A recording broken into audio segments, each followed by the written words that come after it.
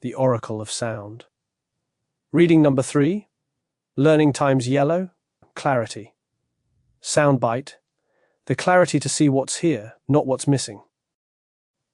Simplicity, the thing you are learning now is not complex. You are learning what you need right now, in this moment, to move forward. Not the whole map, just the next step.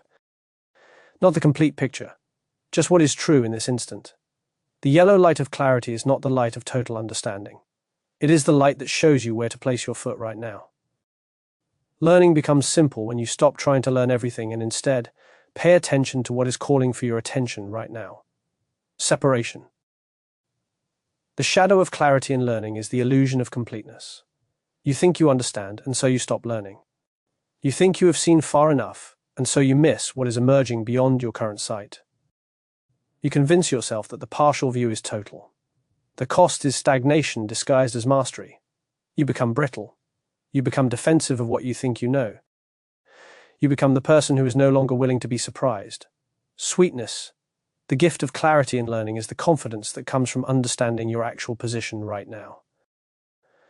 You are not trying to know everything. You are simply clear about what you do know and what you don't.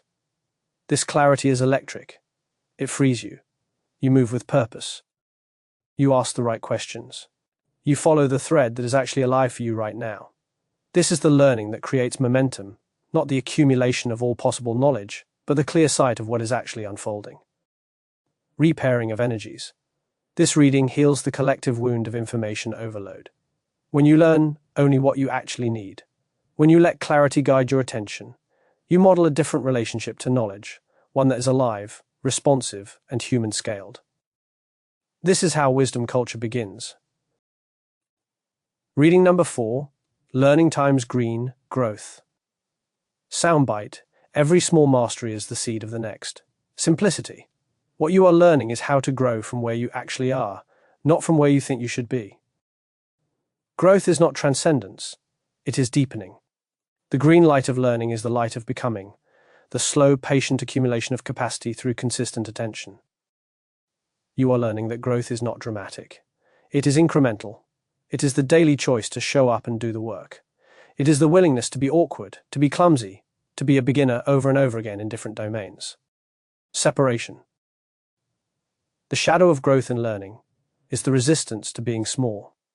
You want to be experienced without having to be a novice. You want mastery without apprenticeship. You want to skip the awkward phase and arrive at competence.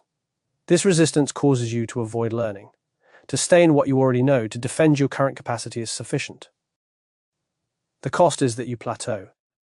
You become stuck in amber. You become someone who is no longer growing. Sweetness. The gift of learning through growth is the discovery that becoming is inherently interesting. Each layer you add, each new capacity you develop, opens up new possibilities. The person who is patient enough to learn one thing thoroughly finds that they can learn anything.